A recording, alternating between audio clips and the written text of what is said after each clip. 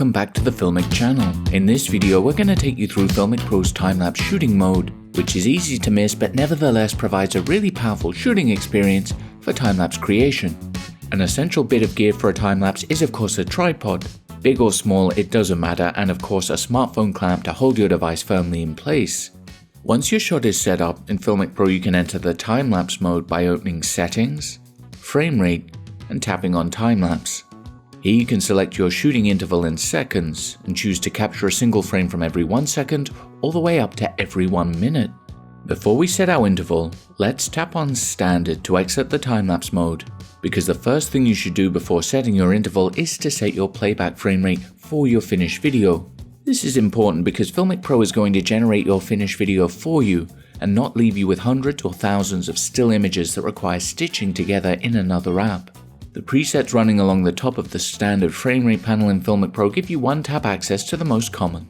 For example, 24 frames per second for cinematic productions, 25 FPS for PAL broadcast, 30 FPS for NTSC broadcasts, and of course high-speed frame rates like 60 FPS. But just remember, the higher your playback frame rate, the more frames you'll need to create each second of your final time-lapse. I'm going to select 24 FPS, then tap back into the time-lapse panel. You can of course change your playback frame rate here, but it requires tapping up or down incrementally to get there, versus tapping a frame rate preset once and then switching over. Now comes the all-important capture interval. Whilst there are lots of time-lapse calculator apps available that will show you things like your final time-lapse length based on your interval, playback frame rate, and record time, there is no substitute for experimenting and learning what works best for a given scene. For example, I want to create a time-lapse of these clouds. So we don't need an app to look at them and see how quickly or slowly they're moving. Just tear your eyes away from your smartphone screen and look up.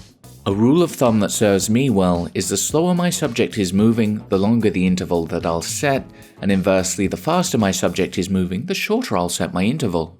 To begin with, I'll select an interval of 5 seconds and then close the frame rate menu. Next, let's set our capture resolution.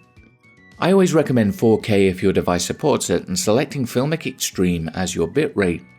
This will give you the best possible quality and the most flexibility in post, and we'll touch more on this at the end of this video.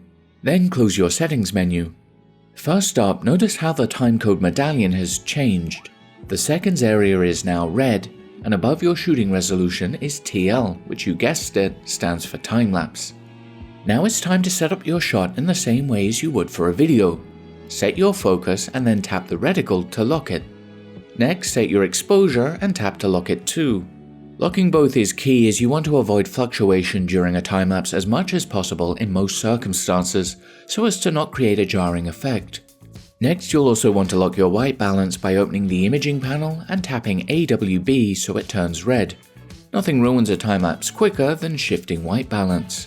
Whilst not essential, I personally like to shoot my time-lapses using the Log-V2 gamma curve, which is included in the cinematographer kit in-app purchase, as the dynamic range increase is pretty drastic and of course gives you more flexibility in post to shape your look.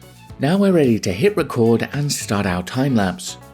You can see that every 5 seconds we add an extra frame to our recording, and if we fast forward, I'll stop the recording and we can play back the results from the FiLMiC library.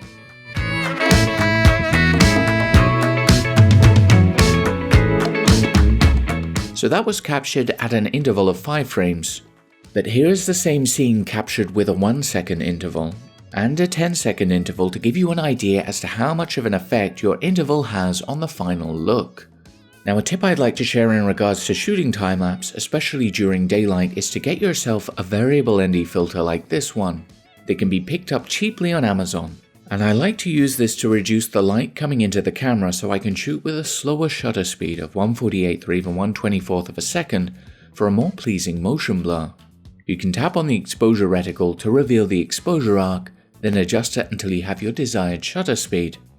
Then tap the shutter speed value to lock it, and now any further manual arc adjustments will affect ISO only. Another time-lapse tip I'm a big fan of is shooting in 4K, then delivering at a lower resolution. This allows you to simulate a dolly or tracking shot in post to make your finished time-lapse even more dynamic. For example, in LumaFusion on iOS, our favorite pro editor, just add your time-lapse to your timeline. Then let's tap on our project settings and select a more cinematic aspect ratio like 2.39:1. Next, double tap your clip to open it in the editor and select Frame and Fit. Here I'll adjust my framing, then at the start add a keyframe. Then I'll scrub to the end and slightly zoom in by pinching, and it will automatically add another keyframe.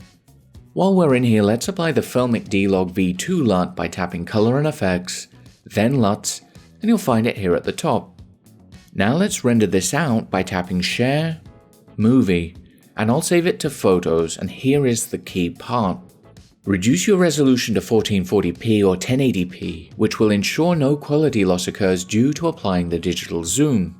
If we exported at 4K, it would just enlarge the pixels, but by selecting a lower resolution than we shot in, the native quality of your clip is preserved.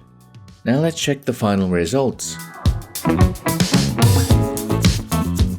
Alright, thanks a lot for watching, and we hope you learned something new. If you did, please like and share the video and subscribe to the FiLMiC channel for weekly content. And if you shoot a time-lapse with FiLMiC Pro, please share it with us, we'd love to check it out. You can find us on Twitter @FiLMiC Pro.